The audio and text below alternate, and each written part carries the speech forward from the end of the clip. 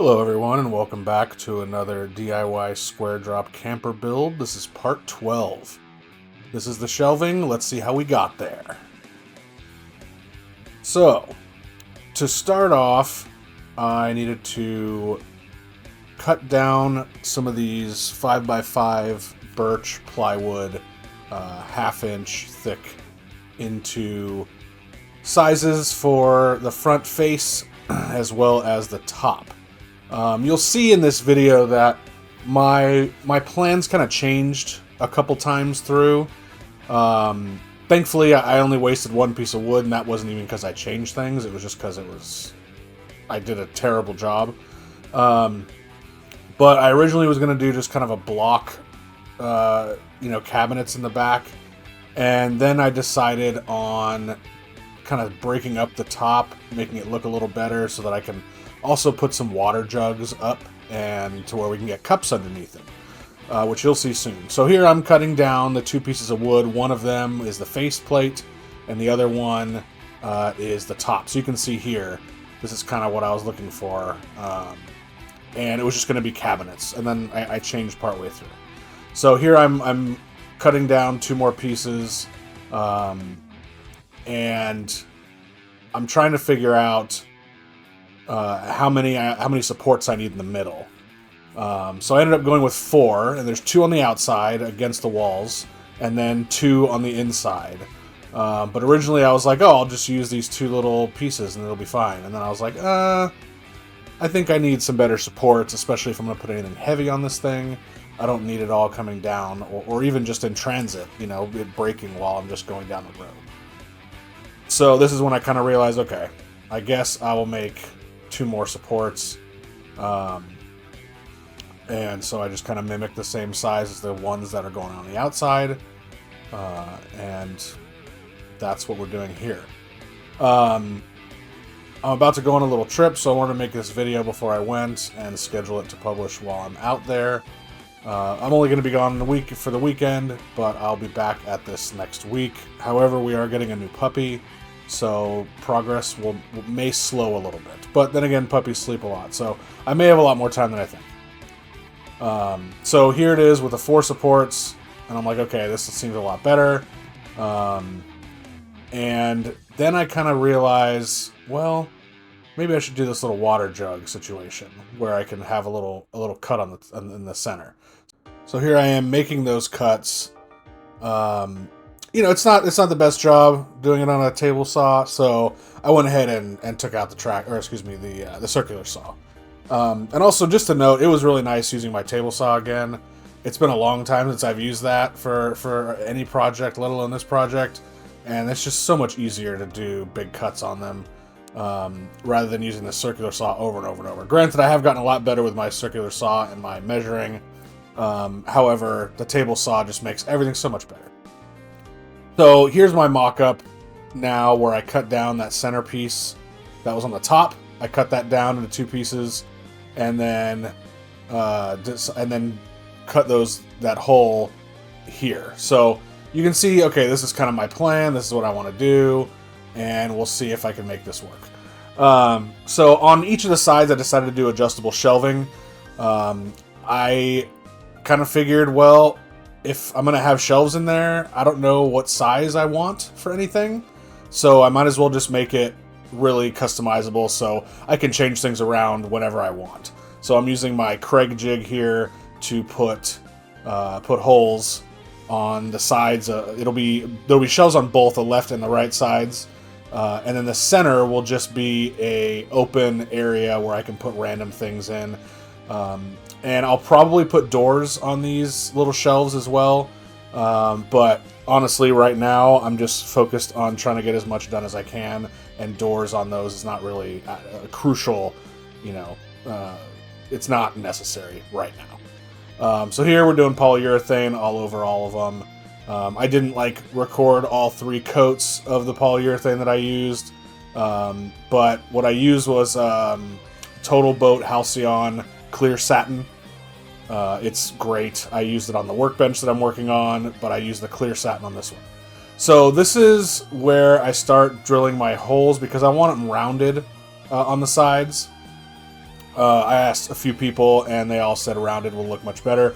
Well, I decided to use these pieces of plywood here as guides so that I could have it exactly in the same spot on each corner. Well, that didn't really work out. And after putting all these holes in and measuring and realizing that I did an absolutely horrible job, I had to kind of start over.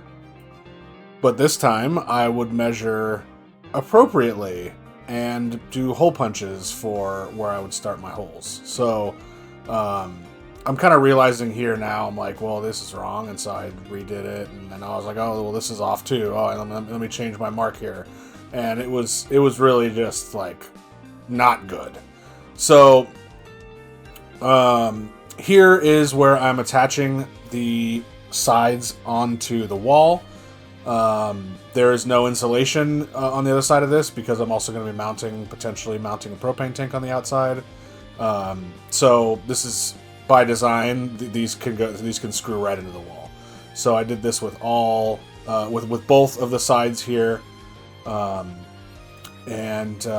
know, it's so that I can just put the face on it. It's like building cabinets against, you know, where there's already two walls. You don't need to build a whole cabinet. That's just kind of extra wood and waste of space. You can just build the rest of a cabinet. So that's what I'm doing here. And then this is me using those other pieces for the two center walls and attaching the top wall to them. And it's basically forming these L's, which will go right up against the wall like so. And here's me building the second one. I've never really built cabinets before, and this isn't technically building cabinets because I'm building it into an existing structure, but it's certainly fun. I'm enjoying it. And I'm also making sure I'm countersinking everything so that nothing gets caught on the screws, which I think is really necessary when you're going to be, you know, using these as a kitchen basically. So here I am doing it correctly. I'm measuring everything. I am putting a small hole and then going to a bigger hole for each of these circles and then using the hole saw.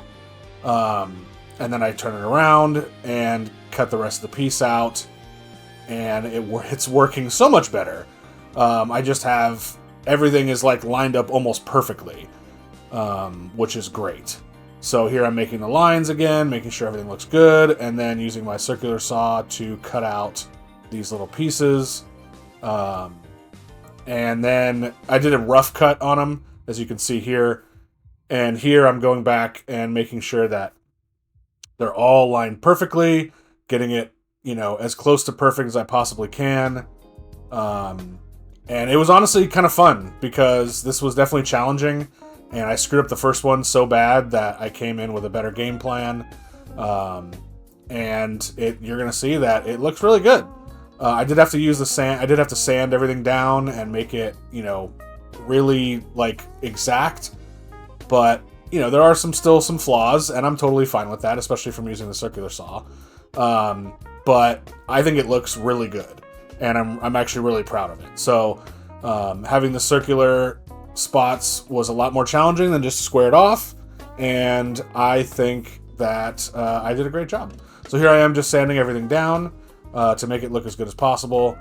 And then, of course, we will polyurethane everything with the Total Boat product and set it all up.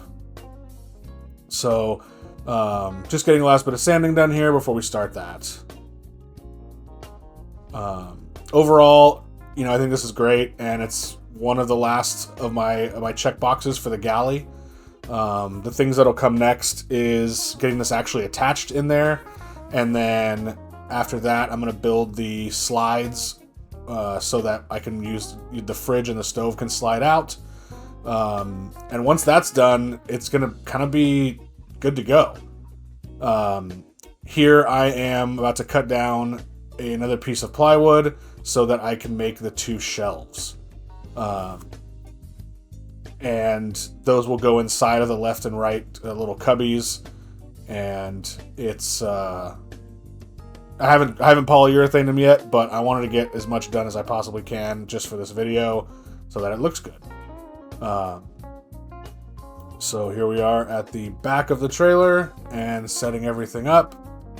And I kind of slowed it down here so you can see how everything looks. Putting this face on and putting my shelves in. They're adjustable. It can go up or down the shelves wherever you want them. And this is kind of what it's going to look like. So once again, I'm really proud of it, and I hope you guys like and subscribe, and stay tuned for the next video.